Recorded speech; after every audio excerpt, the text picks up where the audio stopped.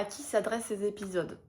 Si tu tombes sur cette vidéo, déjà, c'est pas un hasard. Donc voilà, c'est en vrai, c'est soit tu restes, soit tu pars. C'est-à-dire soit ça te plaît, tu kiffes et tu vas écouter jusqu'au bout, ou soit ça ne te parle pas du tout, tu vas rien peut-être pas comprendre, mais c'est OK.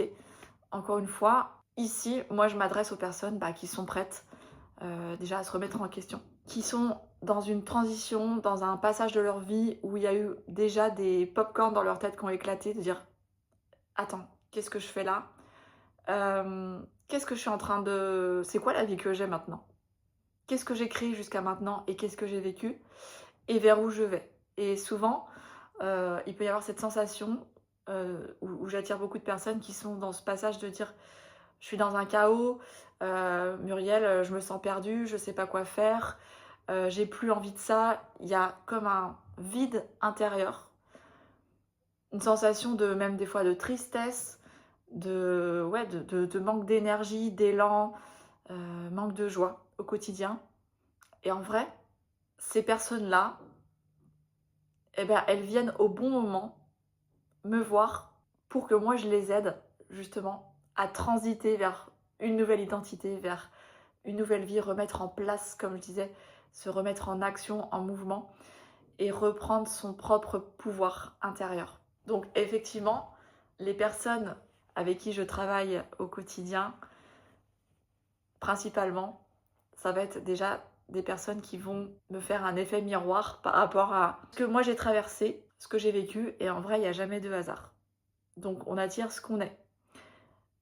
Principalement, j'accompagne du coup les entrepreneurs, les futurs entrepreneurs. Et quand je parle d'entrepreneurs, c'est pas forcément des entrepreneurs qui ont déjà lancé leur activité. Je veux te dire, par entrepreneurs, qui sont déjà entrepreneurs dans l'âme. Ça veut dire que c'est déjà des gens qui savent qu'ils sont pas faits pour être enfermés dans des cases. Ils ont énormément besoin d'indépendance, de liberté, de créer leur propre système, de pouvoir aussi, il y a cette notion de pouvoir contribuer, de pouvoir impacter d'autres personnes, de pouvoir aider. Mais ils savent pas encore.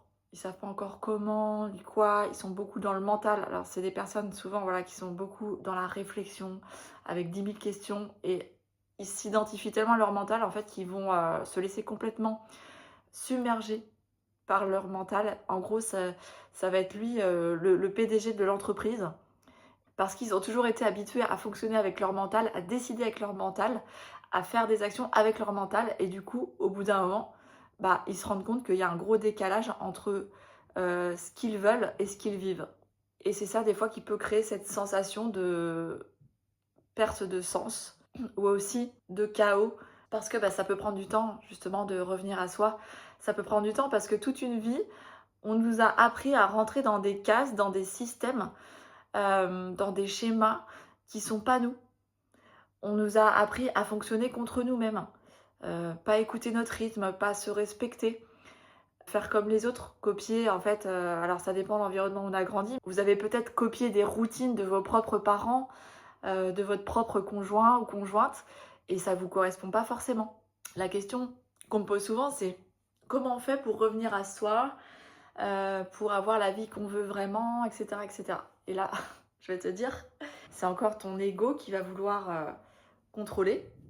Alors, je t'ai pas dit, mais sache que ici, à chaque fois que je parle pas à ton ego, hein, parce que ton ego, il va pas du tout kiffer ce que je dis. Je parle toujours à ton être. Je parle en fait à ta conscience. Là, on est encore dans le comment revenir à soi. Déjà, avant de revenir à soi, il va falloir commencer par arrêter de fonctionner contre soi. Et comment on sait quand on fonctionne contre soi? Eh bien, c'est simple. Tu as des indicateurs avec des grosses alarmes rouges qui vont te dire: ouh, là, tu es pas du tout en train de t'écouter, en train de suivre ta boussole intérieure. Eh bien, ça peut être par exemple les émotions. Les émotions, c'est un indicateur formidable pour te dire que t'es pas du tout aligné avec la bonne personne, dans le bon endroit, bon environnement, dans la bonne entreprise ou avec le bon business, etc., etc. Et en vrai, j'ai envie de te dire, il n'y a pas de bon ni mauvais, c'est simplement des expériences que tu es en train de traverser. Donc, même ça, c'est ok, ça demande d'être en paix avec le fait de vivre ça. Et ce que je veux dire par là, c'est que les émotions, donc quand tu te sens, je sais pas, de mauvaise humeur, tu te sens triste, ça te tire vers le bas, tu es dans des énergies plus basses, attention, ça c'est des gros signaux d'alarme qui te disent, bah là, il y a peut-être un truc à revoir. La même chose, regarde dans ton corps physique, tous les signes physiques qui vont te montrer que tu es en train de faire du forcing, que tu es trop soit dans le mental, soit tu enfermé dans tes propres cases avec ton ego qui dirige complètement ta vie. Et là, ça peut être des signes physiques du genre l'épuisement. L'épuisement, ça c'est un signe que énormément de personnes ont dans leur vie. À chaque fois j'entends, j'en peux plus, je suis fatiguée, je fais plein d'heures dans tous les sens. Voilà, ils sont dans cette espèce de roue du hamster à s'épuiser, à s'acharner pour gagner de l'argent, pour avoir plus, parce qu'on croit que c'est une lutte, on croit qu'on doit toujours se battre. Et là encore, en fait, t'es encore dans la résistance. Alors je dis pas qu'il faut rien faire, mais t'es en train de t'épuiser tout seul. Et dans les signes physiques, ça peut être aussi le stress. T'es stressé, donc après, bah, irritable, etc. Donc ça va, du coup, avec les émotions. Les douleurs aussi. Les douleurs, est-ce que vous entendez autour de vous? Il y en a un qui a mal au dos, l'autre qui a mal au genou, l'autre qui a mal à la gorge, qui tombe malade tous les 3-4 jours. Tout ça, c'est des signes de désalignement. C'est des signes qu'on a besoin de libérer des énergies bloquées, des choses qui vont à l'encontre de notre fonctionnement naturel. Et tant que tu ne comprends pas ça, bah, tu vas continuer à vivre ça. Et encore une fois, c'est ok. Moi, dans tout ce que je dis, il y a zéro jugement. Simplement, je veux que tu te rendes compte de qu'est-ce que tu es en train de mettre en place dans ta vie. Je veux que tu sois conscient de qui tu es en train d'être à chaque moment dans ta vie. Que tu te rendes compte aussi de qui dirige ta vie. Est-ce que ce sont tes pensées, ton mental qui dirige ta vie, tes émotions qui dirigent ta vie, ton ego qui dirige ta vie?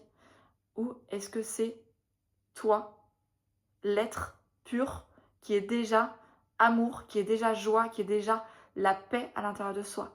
J'ai l'image de cet oignon.